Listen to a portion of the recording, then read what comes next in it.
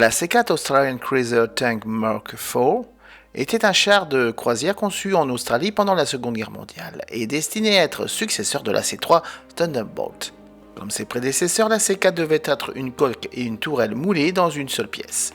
La caractéristique les plus importantes de la C4 était l'utilisation d'un canon de chair de 76,2 mm.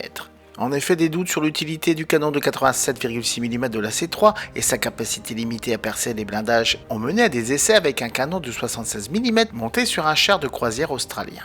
Pour évaluer la capacité du véhicule à accueillir le canon anti-char allié, le plus performant de l'époque, les ingénieurs ont construit une tourelle et l'ont installée sur l'un des premiers véhicules de développement. Ils ont d'abord monté deux obusiers qui, tirés ensemble, produiraient un recul bien supérieur à celui du canon de 76 mm.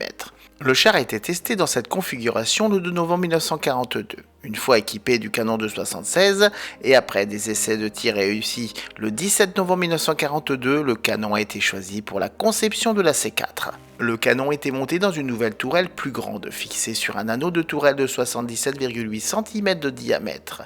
L'espace nécessaire a été dégagé en modifiant la partie supérieure de la coque, ce qui a été rendu possible par la nature compacte du moteur.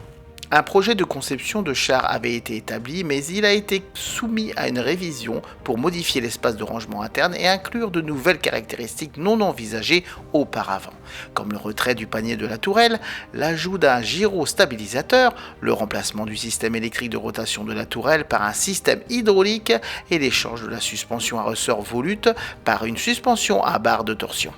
Le programme a été autorisé à construire un total de 510 chars, dont 110 devaient être la variante A, équipée d'un canon de 87,6 mm.